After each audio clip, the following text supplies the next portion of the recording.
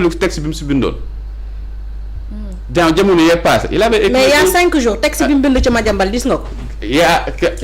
moom laa lay wax foofu laay ñëw. ma ne la depuis quelque temps. kuy lire ay postam boo mënee def jàngat di nga xam ni Pape Alé Niang bi sori na tuuti ak li ñu doon wooyee le projet nañu waxante dëgg ku koy suivre laa la wax boo xoolee ay derniers actes yi muy posé da ngay xam ni carrément que ni kii mi ngi sori avec ce qu'on appelait la vision cette vision là le projet dafa sori ak moom te Pape Alé Niang bu ñu fàttaliku ñaata yoon la taxaw fi di wax nañ génn leen ci mbedd mi jàkkaarloo nag Macky Sall jàkkaarloo force de l'ordre yi bu ñu reyee 100 personnes di leen taxaw bu ñu reyee 50 taxaw li may wax nii bu dul dëgg ñi doon suivre Pape Alé Niang nañ taxaw wax ni ma lii mosu koo wax nañ génn ay vidéo am fii la doon taxaw fii di wax ni les gens il faut ñu génn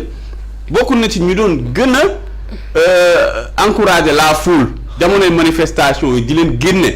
il a beaucoup fait nag parce que loolu noonu ñaax yi mu leen doon ñaax ak di leen encourager doon na may ñu bëri fit di leen galvaniser parce que man Pape Alé je le suivais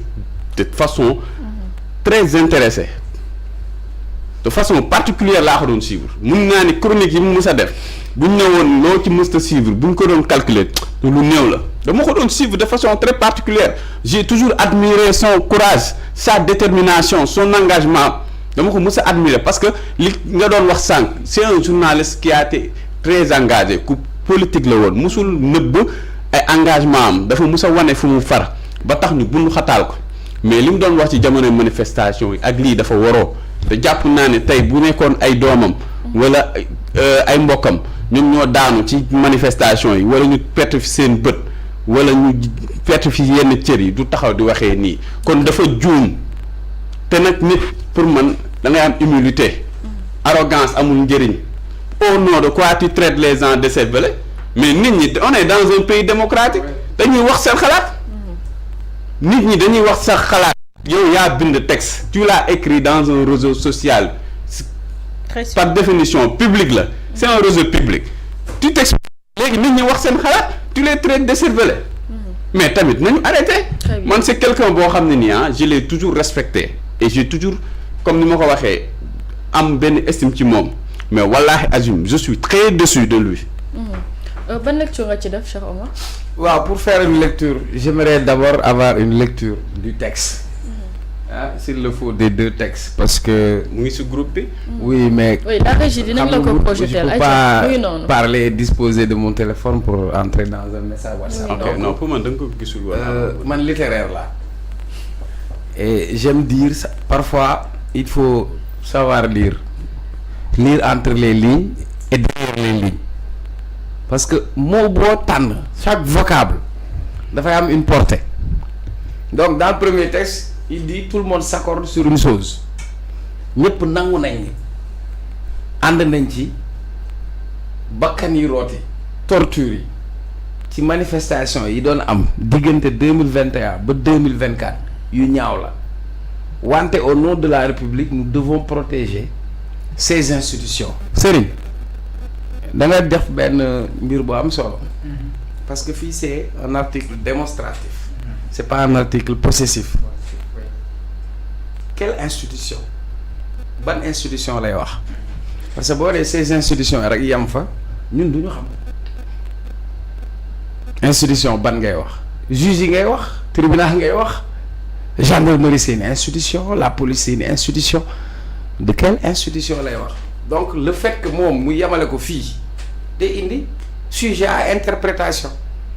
parce que li nga wax yow li nga xalaat ak li nga wax nga am de mais nit ñi ak fu ñu koy déggee ku nekk ak na mu koy comprendre donc quand tu reviens pour dire c'est vraiment être écervelé ou bête que de penser seul à une seule seconde à travers mon poste que je vais cautionner qu'au nom de la République justice ne soit pas rendue aux victimes 2021-2024 mu ne day mën naa ne gàtt xel weesuwul nga xalaat ni man li mu bind mooy ci au nom de la République ñu bañ a def justice ci li nga xamante ni moom moo fi am diggante 2021 ba 2024 au contraire justice ci boppam mooy ndëgër la République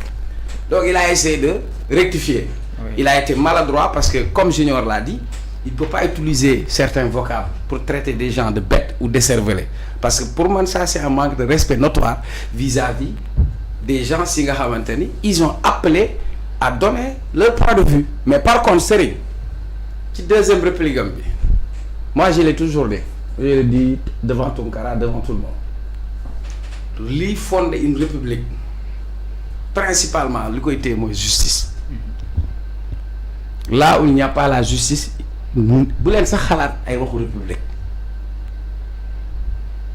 là où il n'y a pas justice il n'y aura pas de république donc pour man leneen li nga doon wax mooy benn phénomène xam nga nu mu tudd Junior. Y a des gens yoo xam ne ils se sont embourgeoisés parce que c'est un terme que les gens de la gauche utilisent. C'est-à-dire am na fooy tollu tu as des idées révolutionnaires tu portes des combats tu portes un idéal mais à un moment donné dafa am ñoo xam dañoo dem ba dañoo keru xam nga keru. nekk ci keppaar tu n'es plus accessible la conférence de ñi Serigne nu ñu tudd ñi doon conférence. créateur de xale yi doon conférence. ñoom nee nañ bu leen kenn wax fii ay xale. créateur de contenu mais non xale pas dans le sens de minimiser xale en tant que jeune s'ils ont été gérés du egg fii parce que ñoom ñoo nekkoon dans la rue ñoom ñoo nekkoon ci mbedd mi ñoom ñoo et puis ñoom sax ñoom ñoo fay le gros du lot ñoom ñoo ko fay te wolof Njaay nee na ki fàtt jubbu bi la fal di nga fay ko donc pour man war nañ def preuve non seulement d'humilité mais aussi également de responsabilité et fii ci plateau bi ak feneen personne ne dira le contraire personne ne dira que Pape Alé Niang n'a pas toujours été une voix audible et crédible Pape Alé Niang bokk na si ñi yee sénégalais Pape Alé Niang tax na sénégalais yi bëri xam lan mooy zircon moi je vous dis la première fois où j'ai croisé Ousmane Sonko escalier Sen TV la 2017 Pape Alé Niang invité ko Pape Alé Niang a toujours été du côté du peuple il a toujours soutenu Ousmane Sonko nekk na ci télé invité fa Ousmane Sonko ñu génnee ko ci télé boobu ndax loolu kenn du ne amul mérite kenn du ne jour bi ñu ko nommé DGRTS tous les Sénégalais ont applaudi ñëpp amul kenn ku ne Pape Alé Niang mérité wu ko du dëgg kon nag am na yoo xamante ni ci penc boo ko fiy génnee mën na indi sujet à interprétation moi je crois que ñëwoon na pour rectifier son idée mais il l'a fait de manière agressive il l'a fait de manière maladroite et ça li ñu war a xam mooy que foofu ñoom ñu toog am na yeneen sénégalais yu am mérite te tooguñu fa kon nag ku ci nit di wax loo ciy wax na am mesure mais surtout ñoom ñëpp il doit faire preuve d'humilité et de responsabilité. Très bien. parce que ku si nekk si ñoom benn carte électeur nga yor jomaay si boppam benn carte la rek 54% boo si doon génnee jomaay lu mu si am 0,00001% ngay doon parce que ay carte lañ dajale ay bakkan ñoo ci rot ay nit ñoo ci perdre seen liberté kon il faut que ñoom ñu respecter ñi nga xam ne ñoo leen teg beneen bi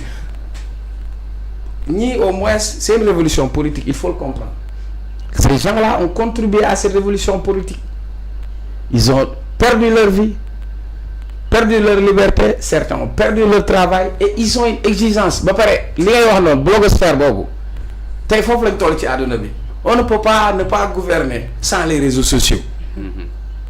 parce que li tax sax yéen ngeen ñëw réseaux sociaux yi la dëgg la maintenant nag c'est le revers de la médaille aussi et les populations dañuy xam dañuy soxla ministre bi ñu dem bind ko message léegi na ko monsieur le ministre de la santé fan yëpp moom laa xewal foo ne kenn gisu la foo ne les gens liñ leen jox moomu leen ko askan wee ko moom kon askan wi dañ leen ci laaj loolu la. Très bien. ñu jàll ci beneen ponk mu nekk mbir mu am solo maa ngi ko doon wax sànq ñeel li nga xamante ni moo di FMI Fonds monétaire international lay ñuy wax ne nag FMI moom envisagé wul voté tey ci vendredi bi li nga xamante ni moo jëm ci une dérogation pour cette fausse déclaration de dette bi nga xamante ni mooy permettre Sénégal bu mu accéder ci ay yeneen liquidité yu yees.